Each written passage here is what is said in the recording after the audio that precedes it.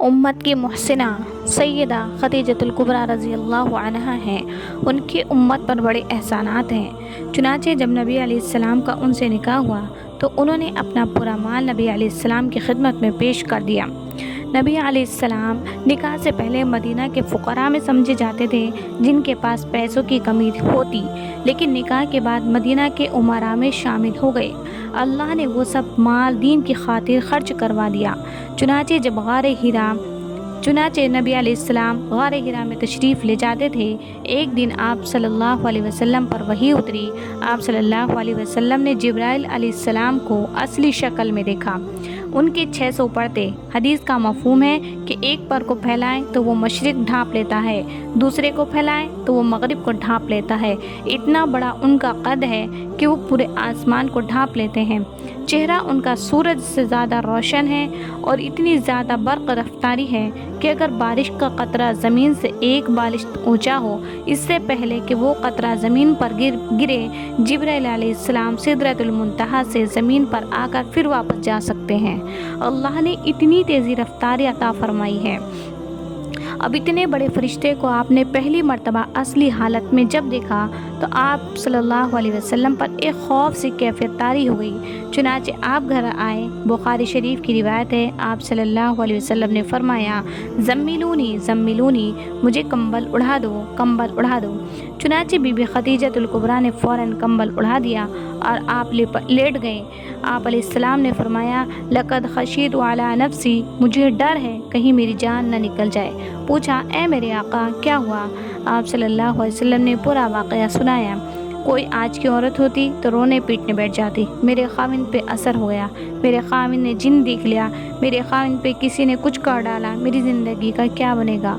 मगर वो ऐसी औरत नहीं थी। उन्होंने इतनी बड़ी बात सुन ली मगर फिर कहने लगी, अल्लाह के नबी आप इत्मीनान रखिए, इन्नका तसिलु रहिमकला, हरगिज़ नहीं, वल्ला अल्लाह की कसम, ला युख़ज़ी कुल्लुहु अबदा, अल्लाह रब्बुल इज़्ज़त आपको कभी ज़ाया नहीं करेंगे, रुस्वा नहीं करेंगे।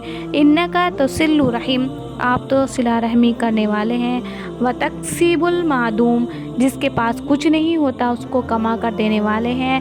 व तकरीमु ज़ईफ़, आप मेहमान नवाजी करने वाले हैं। व तहमिल अकल, और आप तो दूसरों का बोझ उठाने वाले हैं। व तईन अला अनवाई बिल हक़, और आप तो नेक बातों में मदद और ताउन करने वाले हैं।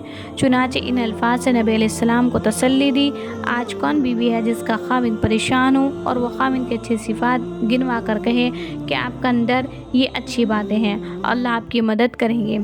औरतें तो ऐसे मौके पर और ज़्यादा दूसरों का दिल थोड़ा कर बैठती हैं, मगर खदीजतुल कुबरा का एहसान है कि उन्होंने तसल्ली के अल्फाज भी कहें और फिर उनका जिगर, उनका दिल देखिए कि यही नहीं कि ज़बानी तसल्ली दी, बल्कि नबी अलैहिस्सलाम की थोड़ी सी हालत बेहतर हुई तो आपका हाथ पकड़कर वो आपको अपने एक रिश्तेदार के पास ले गई जिनका नाम वर्क़ा बिन नौफल था। ये पहले तो मुशरिकीन में थे, लेकिन उन्होंने किताब का इल्म हासिल किया और वो किताब की किताबत किया करते थे और ये अहले किताब में शामिल हो गए। मुशरिकीन में से यही हैं जिनका शुमार अहले किताब में से हुआ। उन्होंने उनको जाकर कहा कि ये आपके भतीजे क्या कहते हैं कि अपने भाई के बेटे की बात तो सुनिए, यानी सुनिए कि नबी अलैहिस्सलाम क्या कहते हैं। वर्क़ा बिन नौफल ने कहा, या इब्न अख़ी मा रअयता, ए मेरे भाई के बेटे तूने क्या देखा? नबी अलैहिस्सलाम ने पूरा वाक़या सुनाया। फिर उन्होंने फरमाया, उबश्शिरू, आपको बशारत हो, खुशी हो, हाज़ा नामूसन अल्लज़ी, ये वो नामूस है जो मूसा अलैहिस्सलाम पर वही लाता था, ये आप पर भी अल्लाह का पैगाम लेकर आया है। फिर फरमाया, मैं बूढ़ा हूँ, अगर मैं ज़िंदा होता तो तुम्हारी मदद करता। सुभान अल्लाह। सैयदा खदीजतुल कुबरा का पूरी उम्मत पर एहसान देखिए। उन्हें ज़बान से भी तसल्ली दी और अपने अमल से भी उन्होंने ऐसे शख्स के पास आपको पहुंचाया जिन्होंने पूरे मामले को खोल कर रख दिया। तो जब ये औरतें दीन को समझ लेती हैं तो फिर इनके दिलों में पहाड़ों जैसी इस्तकामत आ जाती है, गैर मामूली तहम्मुल मिजाजी आ जाती है, बड़े बड़े सदमे बड़े आराम से बर्दाश्त कर जाती है, हत्ता कि मर्द भी हैरान हो जाते हैं। ये सब बरकतें दीनदारी की हैं। علم دین کی ہے، اگر وہ علم دین سے بیچاری محروم ہو تو اس کا کیا قصور؟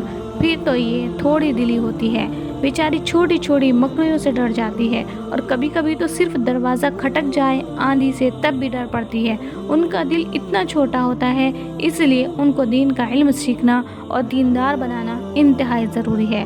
نبی علیہ السلام نے جنگ احد میں جب اپنے چچا حضرت امیر حمزہ کو دیکھا کہ ان کی لاش کا مسئلہ بنا پڑا تھا، ان کا دل نکالا گیا تھا اور ان کی آنکھیں نکال لی گئی تھی، کان کاٹ دیے گئے تھے، ہندا نے ان کا ہار بنا کر اپنے گلے میں پہنا تھا، اب سوچئے پیچھے لاش کا کیا حال ہوگا۔ نبی علیہ السلام نے دیکھا تو آپ بہت آرزودہ ہوئے، آنکھوں میں آنسو آ گئے۔ آپ علیہ السلام نے اس وقت پابندی لگا دی کہ میری پھوپھی حضرت حمزہ رضی اللہ عنہ کی بہن آپ کو دیکھنے کے لیے آئیں گی، دوسری عورتوں کی طرح، تو ایسا نہ ہو کہ وہ دیکھے اور اسے صدمہ پہنچے۔ گھر کی عورتیں اپنے مردوں کو دیکھنے کے لیے آ گئیں کہ ان کو نہلائے دفنائے، تو اس وقت میں آپ کی پھوپھی جو تھی وہ بھی آ گئی، مگر صحابہ رضی اللہ عنہ نے روک دیا کہ نبی علیہ السلام نے منع فرما دیا ہے کہ آپ اپنے بھائی کی لاش کو نہیں دیکھ سکتی۔ انہوں نے پوچھا، نبی علیہ السلام آپ نے کیوں منع فرما دیا؟ آپ علیہ السلام نے فرمایا کہ تم اس کی لاش کو دیکھنے کا حوصلہ نہ رکھو گی۔